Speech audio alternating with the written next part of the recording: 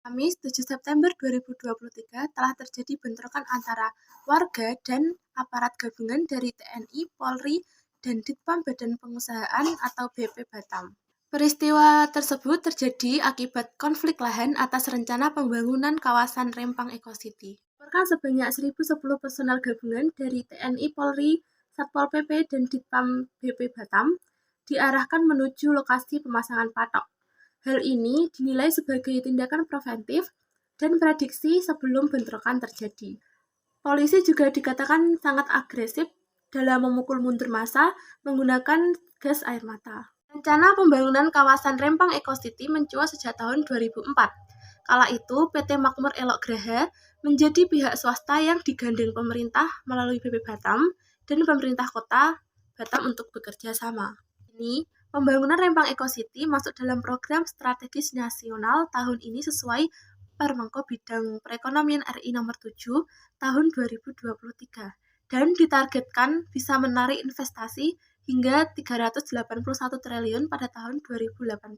Kawasan Rempang juga akan menjadi lokasi pabrik kaca terbesar kedua di dunia, perusahaan milik Xinyi Group. Investasi proyek itu diperkirakan mencapai sekitar 174 triliun. Berdasarkan situs BP Batam, proyek ini akan memakan 45,89% dari keseluruhan lahan Pulau Rempang yang memiliki luas sebesar 16.500 hektar. Jumlah warga terdampak pun harus direlokasikan demi pembangunan proyek ini. Sebagai kompensasi, Kepala BP Batam Muhammad Rudi menyatakan pemerintah menyiapkan rumah tipe 45 senilai 120 juta dengan luas 500 meter persegi. Dalam kasus ini, masyarakat menentang karena investor dan pemerintah akan menggusur atau memindahkan paksa sekitar 7.500 orang masyarakat adat Pulau Rempang yang setidaknya menghuni 16 kampung adat. Masyarakat Pulau Rempang menyebutkan bahwa mereka tidak menolak pembangunan Rempang Eco City, namun mereka menolak untuk dipindahkan dan dikeluarkan dari kampung halaman mereka. Lantas, mengapa masyarakat menolak direlokasi? Yaitu yang pertama, masyarakat adat tidak dilibatkan. Direktur Eksekutif Nasional Wahana Lingkungan Hidup, Sensi Suhadi mengatakan bahwa pembangunan kawasan Rempang Eco City ini tidak melibatkan partisipasi masyarakat lokal. Pemerintah dinilai abai terhadap suara warga adat 16 kampung Melayu. Kedua, yaitu untuk mempertahankan kampung halaman mereka.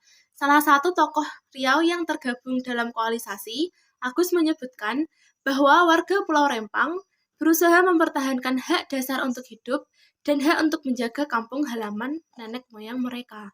Jadi, perlu kita ketahui bahwa pentingnya musyawarah antara pemerintah dan juga warga agar tidak terjadi konflik seperti ini.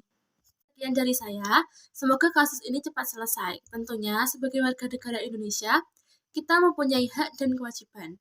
Untuk harapannya, semoga kasus Pulau Rempang ini cepat selesai dengan damai dan tetap mengutamakan musyawarah mufakat. Assalamualaikum warahmatullahi wabarakatuh.